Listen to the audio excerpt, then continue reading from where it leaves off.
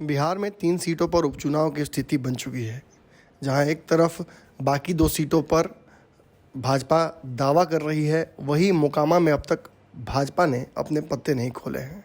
सीधी बात कही जाए तो गोपालगंज में जिस तरीके से तैयारी भाजपा ने कर रखी है, प्रत्याशी भी लगभग उसने फाइनल कर दिया है, लेकिन यही बात मोकामा के लिए नहीं कही जा सकती है। वहीं कुढ़नी की बात की जा रही है, अभी तक वहाँ परिस्थितियाँ चुनाव जैसी नहीं बनी हैं, लेकिन अंदाज़ा लगाया जा रहा है कि चुनाव हो जाएगा।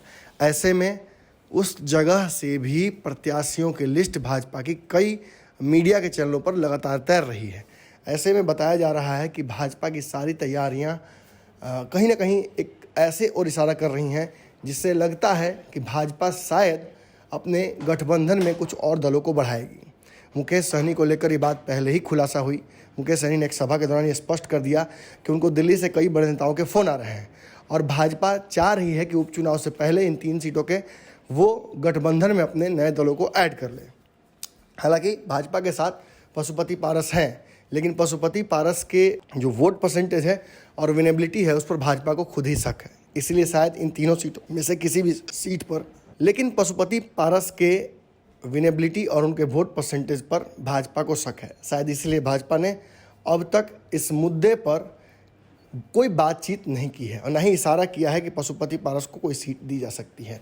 वहीं मुकेश सहनी के बाद चिराग पासवान से भी लगभग वार्ता भाजपा की अंतिम दौर में है। बताया जा रहा है कि चिराग पासवान मोकामा से ताल ठोकने की तैयारी कर रहे हैं। बाकी 2 जगहों पर वो भाजपा को क्लीन स्वीप दे सकते हैं। बताया जा रहा है कि चिराग पासवान मोकामा से ताल ठोकने की तैयारी में थे और बाकी जो 2 सीटें हैं उस पर वो भाजपा को राहत दे सकते हैं। वहीं खबर ये भी आ रही है कि इन सीटों के चुनाव से पहले ही, चूँकि अब भादो ख़त्म हो चुका है, इन सीटों के चुनाव से पहले ही भाजपा चिराग पासवान को अपने पाले में करके उन्हें केंद्रीय मंत्री भी बना देगी और उनके पास ऑप्शन नहीं छोड़ेगी कि वो भाजपा के खिलाफ प्रत्याशी उतारें।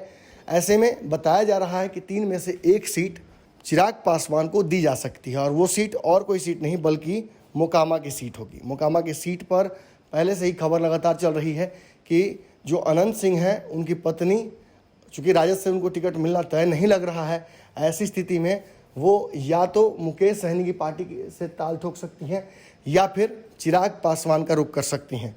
दोनों स्थितियों में बहुत ही मजबूत दावेदार होने की वजह से 1 सीट का इजाफा हो इन पार्टियों को हो सकता है। भाजपा भी बात समझ रही है कि वो सीधे तौर पर अनंत सिंह को टिकट नहीं दे सकती है, इसलिए हो सकता है चिराग पासवान या फिर मुकेश सहनी के कंधे पर वो खेले। ऐसी परिस्थिति में जहां चिराग पासवान की लॉटरी लग सकती है, वहीं सबसे बड़ा घाटा जो है वो पशुपति पारस का हो सकता है। जहां तक मुकेश सहनी की बात है तो वो चिराग पासवान की तरह भाजपा की तरफ न जाके बल्कि महागठबंधन तरफ अपना झुकाव लगातार दिखा रहे हैं। खबर ये भी आ रही है कि तेजस्वी यादव उन्हें फ्रेंडली फाइट के लिए न्योता दे सकते हैं। ऐसी परिस्थितियों में जहां मुकेश सहनी महागठबंधन तरफ चले जाएंगे, चिराग पासवान अकेले एक ऐसी पार्टी और राजनीतिक कद के नेता नजर आते हैं जिसे भाजपा अपने पाले में कर सकती है।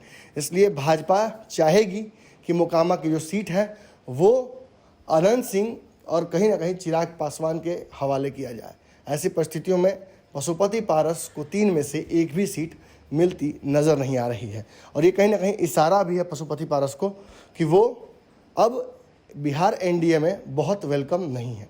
देखा जाए तो पशुपति पारस के नेताओं के, उनके पार्टी के जो बयान है वो भी लगातार बदल रहे हैं।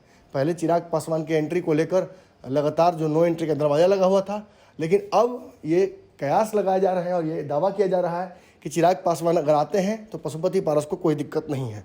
किसी भी परिस्थिति में पशुपति पारस को 1 भी सीट नहीं मिलना और चिराग पासवान की तरफ 1 सीट जाना, जो कयास लगाए जाने उस आधार पर कहीं ना कहीं चिराग पासवान के लिए एक बड़ी जीत हो सकती है। अगर ये वीडियो पसंद आई और वह बिहार के राजनीति और बिहारियत से सरोकार रखेनी तो सब्सक्राइब बटन दबा के चैनल के सब्सक्राइब कर ली। ओजे एगो घंटी बा, ओकरा बटन दबा देला से कुल सटीक और मारक खबर रुआ मुफ्त में मिल जाई। अगर रुआ पत्रकारिता के हमनी के नया प्रयोग में सहयोग कर चाहतानी तो ज्वाइन बटन दबा दी। पेटीएम नंबर नोट कर ली 9386816700। धन्यवाद।